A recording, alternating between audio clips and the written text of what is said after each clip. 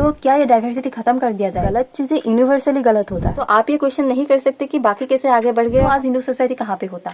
India में दो तरीके के कानून देखने को मिलता है, criminal law and civil law.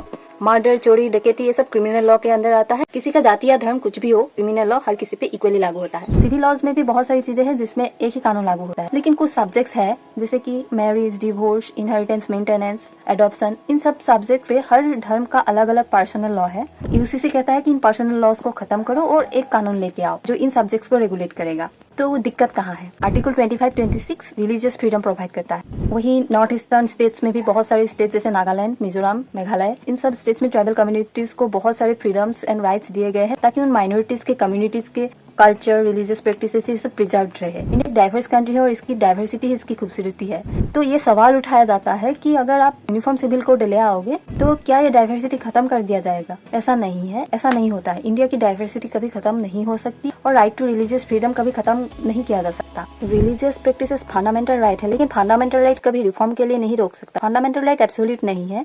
कुछ चीजें जो गलत होता है उन्हें हटाने की जरूरत है। अगर आप देखो तो हर रिलीजन में, कल्चर या सोसाइटीज में कुछ ना कुछ गलत चीजें होते हैं।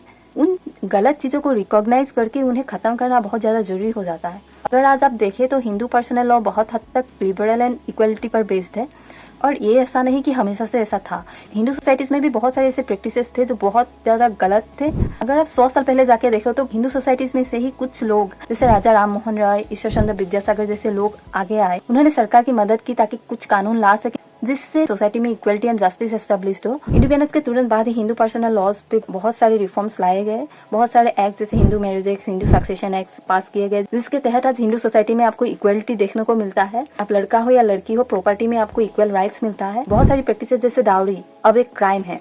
तो ऐसे ही धीरे धीरे हिंदू सोसाइटीज की बहुत सारी गलत प्रैक्टिसेस खत्म हो गए। हालांकि अभी भी कुछ चीजें हैं, लेकिन वक्त लगता है चीजें सुधरने में।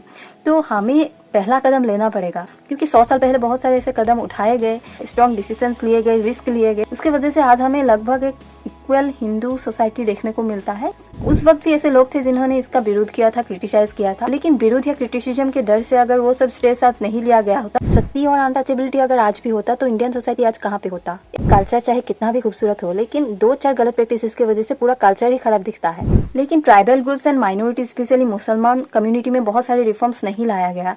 उसके वजह से बहुत डिस्क्रिमिनेटरी प्रैक्टिसेस आज भी हमें देखने को मिलता है। ट्रिपल तलाक हाल ही में खत्म हुआ जो एक बहुत ज्यादा गलत प्रैक्टिस था। बहुत सारी ऐसी प्रैक्टिसेस है जो वोमेन के अगेंस्ट डिस्क्रिमिनेशन करता है। Half of the population women है और half of the population he progress नहीं कर पाती है, तो वो सोसाइटी एज ए होल कभी आगे बढ़ ही नहीं सकती। ऐसा नहीं है कि आपकी हर रिलीजियस प्रैक्टिस को खत्म करने की बात हो रही है। 100 में से 5 ऐसी चीजें हैं जो गलत है। उन 5 चीजों को अगर आप खत्म कर दो तो उससे आपकी रिलीजियस आइडेंटिटी कभी खतरे में नहीं आ सकती। एक इंसान में भी अगर बहुत सारे सही गुण हैं और कुछ 2-4 गलत ऐसी बातें हैं और उन गलत चीजों को अगर वो निकाल फेंके, उसकी आइडेंटिटी और ज्यादा स्ट्रांग होता है। तो उसी तरह अगर आपकी रिलीजन या सोसाइटी कल्चर से कुछ गलत चीजें जो होते हैं उसको अगर निकाल फेंको तो वो रिलीजन या कल्चर और ज्यादा फ्लोरिश करता है। और डिस्क्रिमिनेशन, इनइक्वालिटी ये सब कहीं से भी सही चीजें नहीं है। अगर रिलीजियस प्रैक्टिसेस से, कास्टम से जुड़ी हुई चीजें इतना ही सही है तो हम रिलीजन पे बेस्ड क्रिमिनल लॉज आज क्यों फॉलो नहीं करते हैं? वो भी तो रिलीजियस प्रैक्टिसेस है जिसके तहत अगर आपने चोरी की तो आपके हाथ काट दिए जाएंगे। कुछ प्रैक्टिसेस को छोड़ सकते हो तो अगर आप कुछ चीजों को अलग रख सकते हो तो सिविल केसेस में कुछ प्रैक्टिसेस को क्यों नहीं छोड़ सकते? जबकि उन सब प्रैक्टिसेस की वजह से आप ही की सोसाइटी प्रोग्रेस नहीं कर पा रही है। जो गलत है वो किसी भी सोसाइटी में गलत ही होगा, आप चाहे वो मेजोरिटी में रहो या माइनॉरिटी में हो या आप किसी भी अलग कम्युनिटी से हो या ट्राइबल ग्रुप से या कहीं से भी हो। अगर कुछ चीज गलत हो रहा है उस गलत को एक्सेप्ट करना चाहिए और उसे सुधारना चाहिए। चाइल्ड मैरिज आप किसी भी रिलीजन से हो, कम्युनिटी से हो, बैन होना चाहिए। गवर्नमेंट को भी स्ट्रॉन्ग डिसीजंस लेने पड़ेंगे। सिर्फ इसी डर से कि प्रोटेस्ट होगा तो आप कहीं पे अगर गलत हो रहा है तो गलत होने कैसे दे सकते हो? देखते हुए भी आप सुधार नहीं ला रहे हो तो ये भी एक इनजस्टिस है। अगर कुछ प्रैक्टिसेस की वजह से एक सोसाइटी पीछे रह जाता है तो सिर्फ एक सोसाइटी पीछे रह जाता है ऐसा नहीं, पूरा देश ही पीछे रह जाता है। एक देश को आप डेवलप्ड तभी कह सकते हो जब उसमें रहने वाले हर कम्युनिटी प्रोग्रेस करे।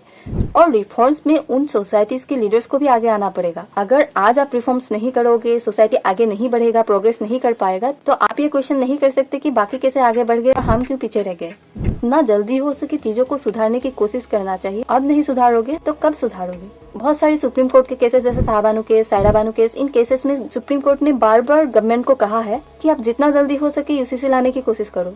तो ऐसा नहीं है कि सुप्रीम कोर्ट ने ऐसे ही बोल दिया।